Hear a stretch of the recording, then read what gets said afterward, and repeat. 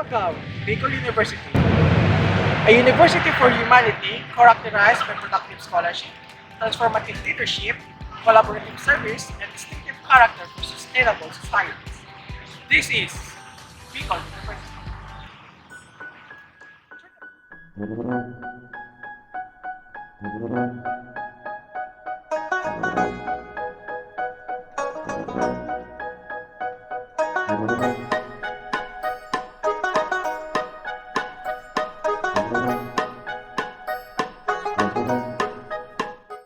Through the passage of the Republic Act 5521, an act establishing in Bicol University defining its powers, functions, and duties, appropriating funds therefore and for other purposes.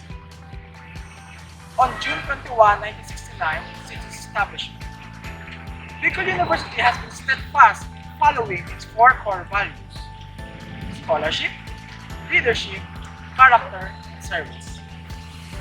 The university is now accredited in SUC at level 4, placing 16 in number of enrollees and 5th in number of graduates among state universities and colleges in the country.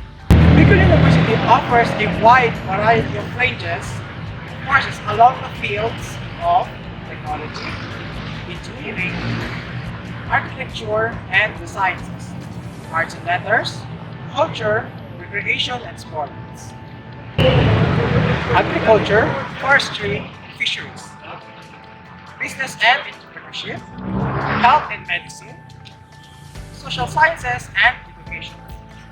It also has 7 campuses across the region. The main, the east, and Daraga campuses situated in Legazpi and Daraga.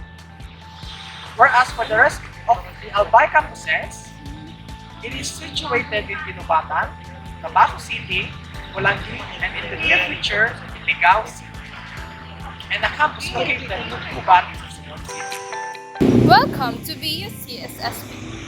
Located in the Raga campus of Bicol University is the College of Social Sciences in Philosophy.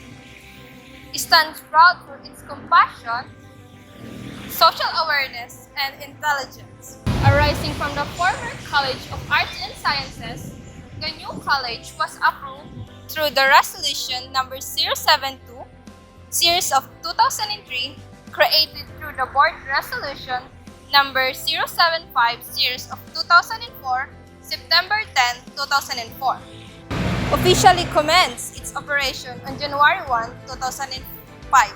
As part of the college goals for collegiality, solidarity, service-orientedness and productivity, and holistic human transformation development, it offers degree program that aligns with its vision.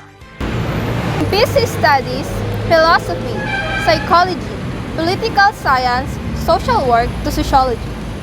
Along with the courses' respective programs and faculty, the department is also home of General Education Department Center of Human Rights Education and Center for Gender and Development.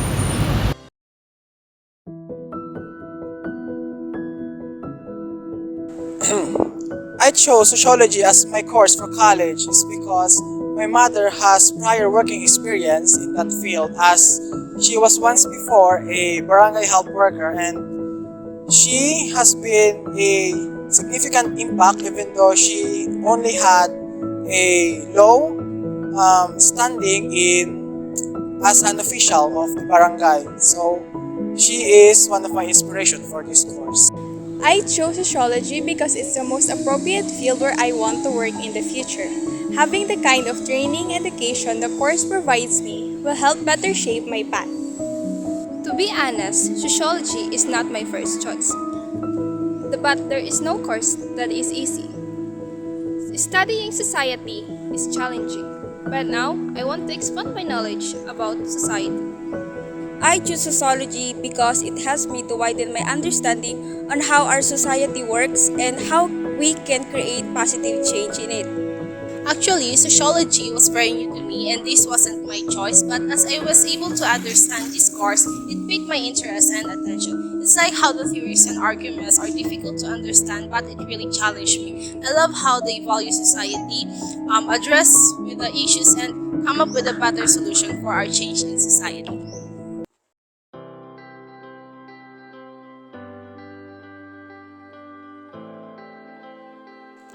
We only ever experience anything for the first time once, and may this serve as a reminder of where we were, who and what we have been, and why we keep on going.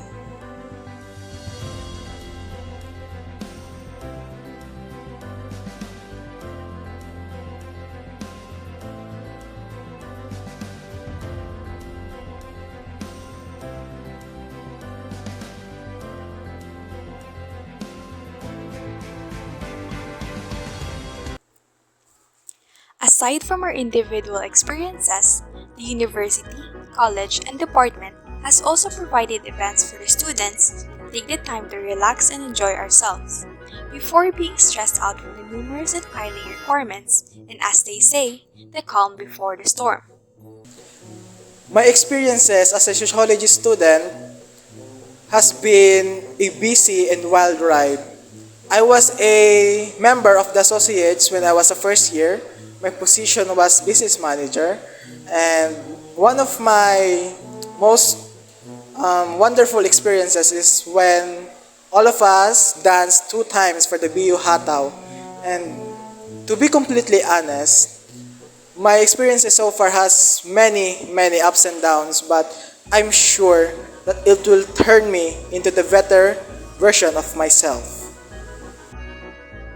My experiences so far has been diverse. I get to experience youth and different dynamics. My perspective has expanded, and due to this, I'm able to discover more about myself and society. Being such a student was an eye-opening experiences. We explored topics like inequality, religion, culture, and social change. Reading books and articles are a big part of it. As for my experiences, it's challenging and enjoyable because we're able to explore different culture, analyze social issues, and see society through sociological lenses. The experience that I will never forget is that sociology is full of research, readings, and thesis. You cannot live and graduate without these three.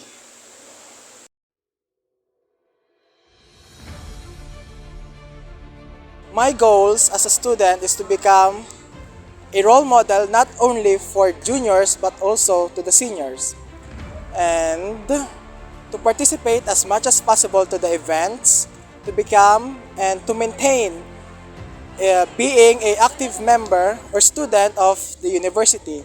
And my priority right now is to get or at least have high grades to make not just my parents but also my loved ones proud.